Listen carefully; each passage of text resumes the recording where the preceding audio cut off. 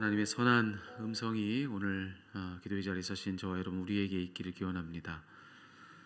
오늘 본문은 하나님께서 다니엘에게 주신 신탁입니다. 어제 계속해서 이어지는 말씀들이죠. 또 오늘 계속해서 하나님이 그에게 주신 예언의 말씀이 이어지고 있는데요. 음, 역사 속에서 고대 근동, 우리가 고대 근동이라 하면은 이스라엘 이 위치하고 있는 그 일대를 가리켜서 고대 근동이라고들 이야기를 합니다.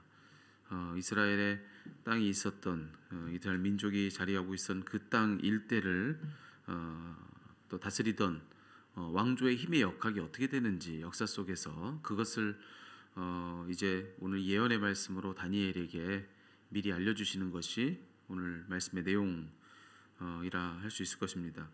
자, 이 내용을 우리가 좀 알려면 조금은 복잡하지만 여러분 조금 복잡하지만 역사를 조금 더듬어 볼 필요가 있습니다. 우리가 잘 알고 있는 그 근동의 역사, 히랍의 역사를 우리가 조금 오늘 언급해 볼 필요가 있는데요. 우리가 잘 아는 바벨론 왕조가 있죠. 이 바벨론 왕조가 영원치 못했습니다. 바벨론의 위세가 이제는 약해지고 그 패권을 메데라고 하는 왕조가 이어받게 됩니다. 그러고 나서 그 메데의 뒤를 이어서 또 누가 주인이 되느냐? 이 근동의 주인이 페르시아가 되는 거예요. 페르시아가 그 일대를 다스리기 시작한 이후로 몇 년을 일대를 통치했냐면 250년 정도를 통치합니다. 자, 그런데 아무리 그 힘이 강성한 페르시아라 할지라도 무려 250년간 위세를 떨친 그 왕조라 할지라도 사람의 왕조는 끝이 있는 겁니다. 아무리 영원할 것 같아도 사람의 힘은 때가 되면 다하기 마련입니다. 우리 인생을 봐도 그렇지만 역사를 봐도 분명히 그래요. 이 페르시아도 여타 다른 나라와 마찬가지로 쇠락의 길을 걷게 되는데요. 자, 그 계기가 뭐냐? 이 역사를 통해서 우리가 모를 수 없는 이름이죠. 알렉산더 대왕이라고 하는 이름을 여러분 한 번쯤은 다 들어보셨을 겁니다.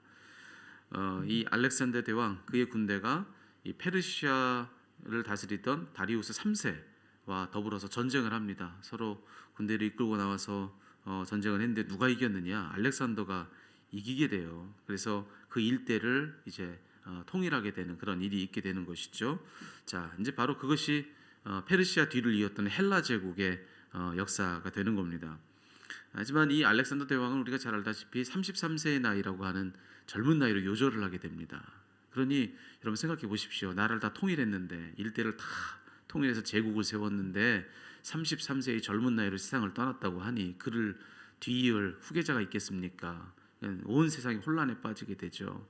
그래서 결국 이 알렉산더 대왕을 따르던 장수 넷이 있는데 그 네 명의 장수가 이 헬라 제국을 네 동강이에서 네 조각으로 나눠 갖게 되는 겁니다. 혼란스러운 일이 벌어지는 것이죠. 그게 누구냐면 바로 카산더, 리시마쿠스, 그리고 셀류쿠스, 그리고 프톨레미 이렇게 네 왕조가 이제 시작이 되는 겁니다.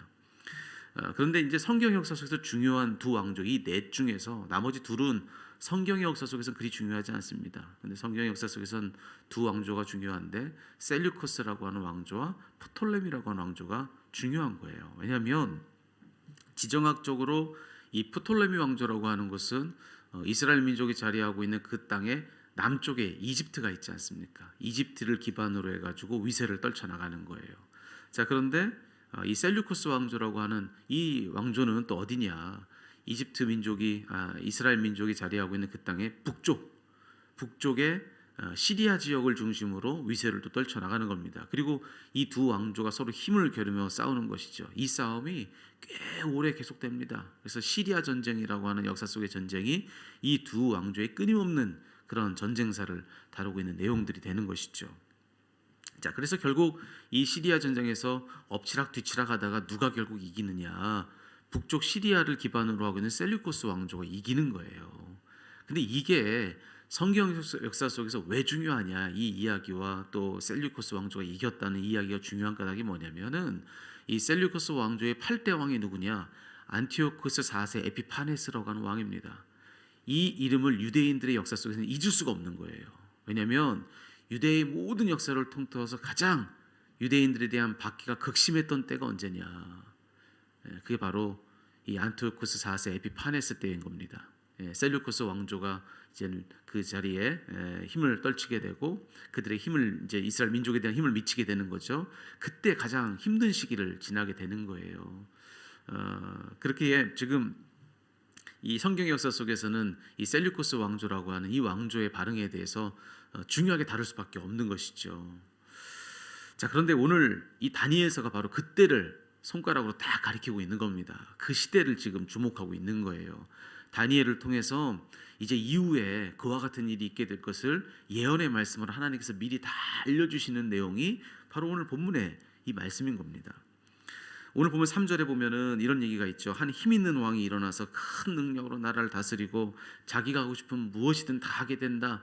이런 내용들이 거기 기록되어 있는데, 자, 자기 마음대로 다 했던 그 왕이 누구냐? 바로 알렉산더입니다. 알렉산더 대왕을 지금 이 본문이 가리키고 있는 거예요. 그리고 나서 4절은 또 이야기하죠.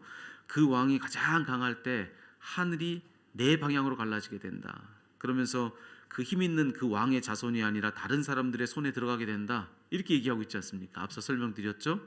알렉산더 대왕 이유를 이을 그의 혈육의 후계자가 없었던 겁니다. 그래서 그 네 명의 장수가 왕조의 역사를 네 개로 갈라가졌다고 하지 않았습니까? 바로 그때를 지금 성경 가리키고 있는 거예요. 앞으로 그런 일이 있게 된다라고 그렇게 지금 이야기를 들려주고 있는 것이죠. 자, 그리고 세 번째로는 여기에 계속 이후에 우리가 읽는 동안에 지리하게 계속 말씀이 흘러가면서 남쪽 왕, 북쪽 왕이라고 하는 이 존재가 여기 등장을 하고 있습니다. 처음에는 뭐 남쪽 왕이 이기는 것 같았는데 나중에 북쪽 왕이 이기고 엎치락 뒤치락 하면서 마침내 북쪽 왕이 이겼다, 뭐 이런 내용이 지금 이 안에 흘러가고 있는 거예요. 이게 바로 시리아 전쟁인 겁니다. 남쪽 왕 프톨레미 왕조고요, 북쪽 왕 셀류쿠스 왕조입니다. 이 두 왕조가 계속해서 싸우다가 마침내 이긴 셀류쿠스의 왕조의 최후 승리에 대해서 지금 이 본문이 얘기해주고 있는 거예요. 그리고 이제 우리가 다니엘서 이후의 말씀을 보면 드디어 유대인들이 가장 치를 떨고 싫어했던 이 안티오쿠스 4세 에피파네스, 이 왕이 여기 지금 예언 속에 등장하고 있는 것을 이제 보게 될 겁니다. 그러니까 여러분 눈치를 채셨겠지만 이 다니엘서를 지금 문서로 들고 읽고 있는 사람들이 누구겠습니까? 다니엘이라고 하는 사람을 통해서 하나님이 오래전에 예언의 말씀을 주셨죠. 하지만 이 예언의 말씀을 실제로 받아들고 이 책으로서 읽고 있는 그때의 그 사람들은 바로 안티오쿠스 4세 에피파네스 때의 기독교 박해, 그러니까 유대인 박해 속에서 신음하고 희망이 없었던 사람들에게 하나님이 이전에 다니엘 때 희망 주시지 않았느냐, 예언으로 다 알려주시지 않았느냐, 그때 하나님이 다 알려주셨잖아, 그때를 기억해 라고 하는 의미가 지금 이 안에 흘러가고 있는 겁니다. 그러니까 우리뿐 아니라 이 그때 박해 시대 때 그때의 사람들도 이 다니엘서를 지금 읽고 있다고, 우리가 보이지 않는 데서 이 글을 함께 읽고 있는 그들을 생각하면 되는 거예요. 자, 그럼 오늘 이 말씀을 통해서 오늘 우리가 붙들 의미를 이렇게 이야기할 수 있지 않겠습니까? 자, 이걸 정리할 수 있는 거예요. 오늘 본문 속에서요, 한 나라가 세워지기도 하고 망하기도 하는 겁니다. 그렇죠? 그리고 누군가 전쟁에서 이기기도 하고 지기도 하는 거예요. 그리고 어떤 왕은 힘을 얻기도 하고 잃기도 하는 겁니다. 그러면서 세상의 주인은 계속해서 달라지는 거예요. 자, 그런데 이와 같은 내용의 말씀을 통해서 우리가 확인하는 중요한 사실 한 가지가 있습니다. 그게 뭐냐? 그 모든 역사의 흥망성쇠가 하나님의 예언의 말씀 안에 다 담겨져 있더라. 하나님이 예언하신 말씀 안에 훗날 있었던 모든 역사의 그런 모든 우여곡절들이 다 담겨 있더라는 겁니다. 이게 오늘 본문의 핵심이에요. 이게 무슨 얘기냐면 이 세상에서 무슨 일이 있다 할지라도 누구 손에 있다는 겁니까? 하나님 손에 있다는 거예요. 여러분, 우리 자신에게 이 말씀은 그렇다면 어떤 적용을 하게 하겠습니까? 우리 역사도 고대 근동의 역사뿐 아니라 히랍의 역사뿐만 아니라 우리의 역사도 그러하다.